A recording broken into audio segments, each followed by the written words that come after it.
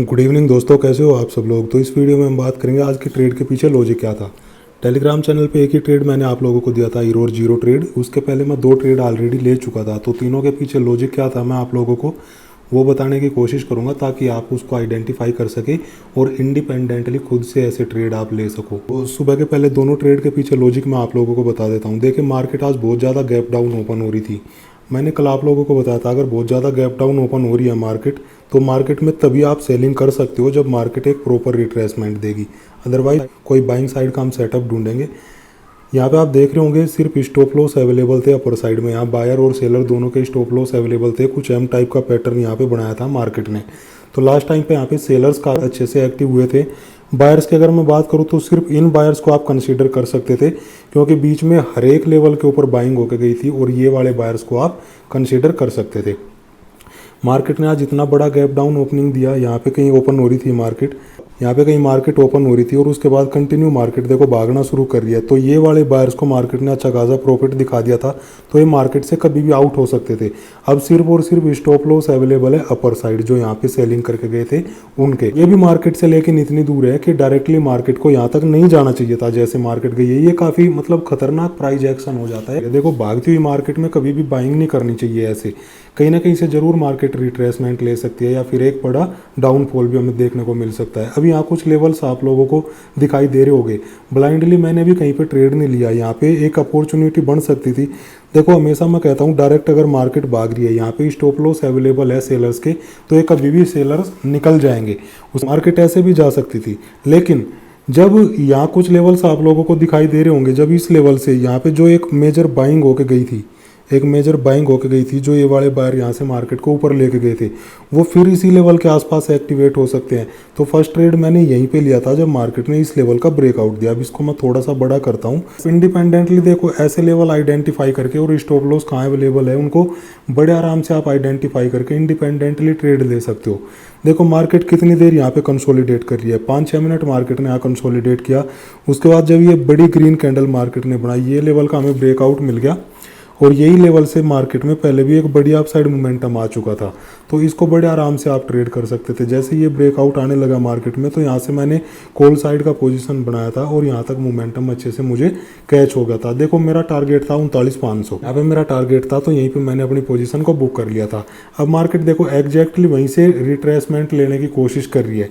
Again मैंने by की position बनाई जब मार्केट यहाँ पे आ गई थी। एग्जैक्टली मुझे पता था कि यहाँ से वापस एक बाउंस बैक मार्केट ले सकती है, क्योंकि जो लोग यहाँ पे बाइंग करके गए हैं, सिर्फ मार्केट उनको निकालने के लिए नीचे आ रही है। रिट्रेसमेंट के बाद वापस मार्केट ऊपर जाएगी। और कल मैंने लेवल वाली वीडियो में आप लोगों को बताया था कि 39,750 का लेवल है इंपॉर्टेंट, जहाँ पे मार्केट में एक मेजर रेजिस्टेंस है। तो यहाँ तक मैं एक्सपेक्ट कर रहा था मार्केट यहाँ तक फिर से आ सकती है रिट्रेसमेंट के बाद, लेकिन वहाँ तक तो नहीं गई, थोड़ा सा नीचे रहेगी। और यहाँ पे मैंने अगेन दूसरा ट्रेड लिया था। देखो, आप यहाँ पे ट्रेड नहीं ले पाओगे अगर आप बिगनर हो, आप स्ट्रेटेजी के ऊपर काम कर रहे हो, तो यहाँ पे थोड़ा सा आपको मुश्किल हो सकती है, या तो स्टॉप लॉस भी जा सकता है, क्योंकि स्टॉप लॉस हंटिंग स्ट्रेटेजी के अकॉर्डिंग यहाँ पे एक पुट का ट्रेड बन रहा था। बिल्कुल यहाँ पे कॉल साइड का ट्रेड नहीं बन रहा था, क्योंकि डायरेक्ट मार्केट में बाइंग आ रही है। ये लोग कभी भी मार्केट से निकल जाएंगे जो सेलिंग करके गए थे, और डाउन साइड वाले जो बायर थे गैप डाउन की वजह से वो भी निकल गए। तो यहाँ स्टॉप लॉस कहाँ पे अभी अवेलेबल हो गए नए प्राइस एक्शन के अकॉर्डिंग। जो लोग यहाँ पे बाइंग करके हो गए, ग्रीन कैंडल देख रहे हो, जो लोग यहाँ पे बाइंग करके गए, तो मार्केट कहीं ना कहीं यहाँ से एक रिजेक्शन लेके ऐसे आनी चाहिए थी। तो यहाँ पे थोड़ा सा खतरनाक तो था, डेंजरस था एक बिगनर के लिए, लेकिन जैसे ही इसने ब्रेकआउट दिया तब यहाँ पे कॉल साइड की पोजीशन रिस्क लेके बनाई जा सकती थी। तो फर्स्ट ट्रेड के पीछे लॉजिक ये था। दूसरे ट्रेड के पीछे मेरे लेवल के अकॉर्डिंग ही मार्केट काम कर रही थी। रिट्रेसमेंट आया, मुझे उम्मीद थी कहीं ना कहीं से रिट्रेसमेंट जरूर आएगा। यहाँ से ऐसे अगेन मार्केट ऊपर जाना शुरू करेगी तो मैं अगेन कॉल साइड में चला जाऊंगा। तो 2 ट्रेड यहाँ तक मेरे हो चुके थे। अभी बात कर लेते हैं तीसरे ट्रेड की, जो मैंने टेलीग्राम चैनल पे आप लोगों को भी दिया था, हीरो और जीरो ट्रेड। 39,600 की कॉल को हमने 20 के प्राइस में बाई किया था और इसने अपना हाई लगाया था 68 के आसपास। तो देखो, ये मैंने मैसेज आप लोगों को दिया था 1:13 पे, जब मार्केट में सब कुछ हो लिया था। तो मैं आपको पहले उसी चार्ट के ऊपर लेके चलता हूँ। वो 1:13 पे चल क्या रहा है मार्केट पे, ये वाला प्राइस एक्शन चल रहा है 1:13 पे। तो मुझे यहाँ से कहीं ना कहीं लग रहा था, क्योंकि यहाँ तक जो लोग बाइंग करके गए होंगे ना मॉर्निंग में, मार्केट ने उनको अच्छा खासा प्रॉफिट दिखा दिया। यहाँ पे भी जिसने बाई किया होगा उसको भी अच्छा खासा मार्केट ने प्रॉफिट दिखा दिया। यहाँ पे एक एम टाइप का पैटर्न मार्केट बना रही है। यहाँ पे जिसने सेलिंग किया होगा उसका भी प्रॉफिट मार्केट ने, उसका भी स्टॉप लॉस मार्केट ने ले लिया।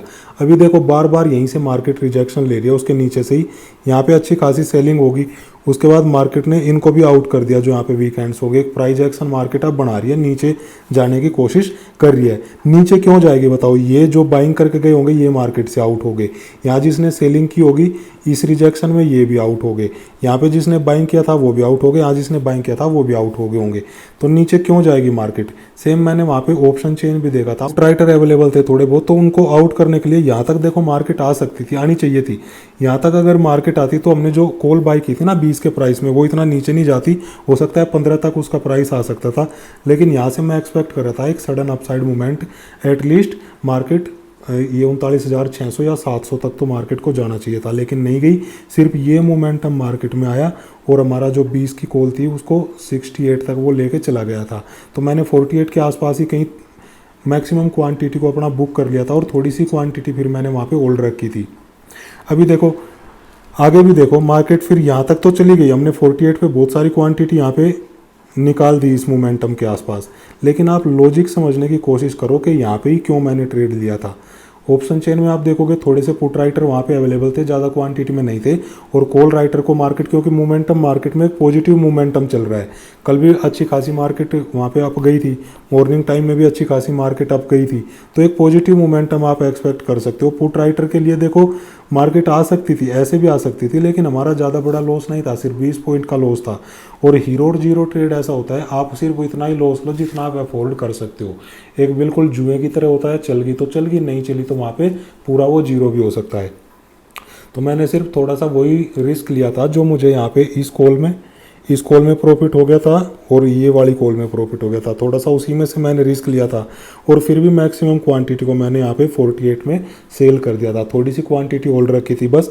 और ये मोमेंटम जैसे ही नीचे आया तो उसका प्राइस काफ़ी कम तो हो गया था, उसके बाद ये मोमेंटम जब आया तो यहाँ पे उसका प्राइस ऊपर भी चला गया था, अगेन 20 से वो 40 तक भी चला गया था, 40 तक हो गया था उसका। फिर भी मैंने उसको बुक नहीं किया क्योंकि मैं एक्सपेक्ट कर रहा था कि 39,700 तक मार्केट को जाना चाहिए, उसके बाद तो फिर वो जीरो ही हो गया। तो यहाँ पे इसमें देखो आप अगर बिगनर हो तो यहाँ पे कहीं पे भी आप बुक कर सकते थे 30-40 पॉइंट के ऊपर, उसको 20 का आपका बाइंग प्राइस था, 40 तक भी अगर बुक कर लेते तो भी आपका पैसा डबल हो जाता। और ये मोमेंटम भी जब इतना नीचे आने के बाद ये मोमेंटम उसने दिया तब भी उसका प्राइस 40 तक पहुंच गया था।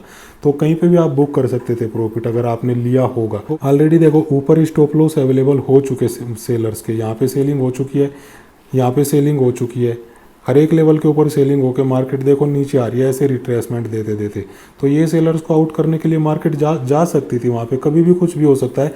रिस्क तो सिर्फ उतना ही ले रहे हैं ना जितना हम अफोर्ड कर सकते हैं।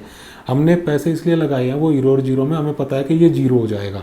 अगर अच्छा मोमेंटम मिल रहा है, आपका पैसा वहाँ पे अच्छा खासा बन रहा है तो अच्छी बात है, नहीं हो रही तो आप ये सोचो कि वो जीरो होकर चला जाएगा। अगर मैं अपनी पर्सनली बात करूँ तो एक बिगनर के लिए देखो ये काफ़ी खतरनाक मार्केट थी। आपको ऊपर जाते हुए तो दिखाई दे रही होगी और आपको ये भी लग रहा होगा कि शायद मैं यहाँ पे, मतलब एजूम आप ऐसे करे होगे यहाँ पे मुझे कॉल ले लेना चाहिए था, यहाँ पे ले लेना चाहिए था, यहाँ पे ले लेना चाहिए था।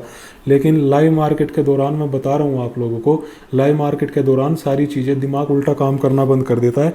हर बार मार्केट फिर ये लगता है कि अब यहाँ से गिर सकती है, अब यहाँ से गिर सकती है, अब यहाँ से गिर सकती है।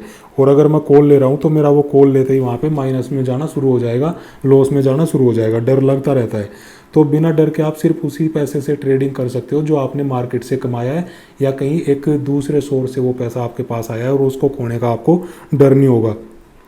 तो फियरलेस होकर आप तभी ट्रेडिंग कर सकते हो अगर वो पैसा मार्केट से आपने कमाया है या उस पैसे के जाने से आपको कोई फर्क नहीं पड़ने वाला। और साइकोलॉजी की अगर मैं बात करूँ, बहुत बार आप पूछते रहते हो साइकोलॉजी दोस्तों तभी काम करती है जब पैसा आपके पास वो हो जिसका खोने का आपको डर ना हो। अगर पैसा खोने का डर मन में रहेगा तो हमेशा आप लॉस के ऊपर ही एग्जिट करते रहोगे या तो छोटे छोटे प्रॉफिट के ऊपर आप एग्जिट करते रहोगे। आप कभी वेट नहीं कर पाओगे मार्केट में टारगेट मिलने तक का। देखो ये मोमेंटम जो यहाँ मैंने कॉल बाई की, मुझे एक्सपेक्ट नहीं था कि मार्केट यहाँ तक चली जाएगी इस लेवल तक। मैं यही सोच रहा था कि यहाँ अपना प्रॉफिट बुक कर लूँगा, या तो इस लेवल के आसपास अपना प्रॉफिट बुक कर लूँगा, जो ये लेवल्स मैंने लगाए हुए थे। लेकिन आप ये देखो, किस्मत अच्छी थी, किस्मत वहाँ पे बहुत अच्छा साथ दे रही थी। तो यहाँ पे देखो कितना अच्छा मार्केट ने ब्रेकआउट दिया इस लेवल का, बड़ी बड़ी कैंडल बना के। सेम वे में यहाँ पे भी देखो कितना अच्छा ब्रेकआउट दिया, और यहाँ पे तो मैं बुक करने ही वाला था कि जैसे ही मार्केट यहाँ से रिजेक्शन लेगी मैं बुक कर लूँगा।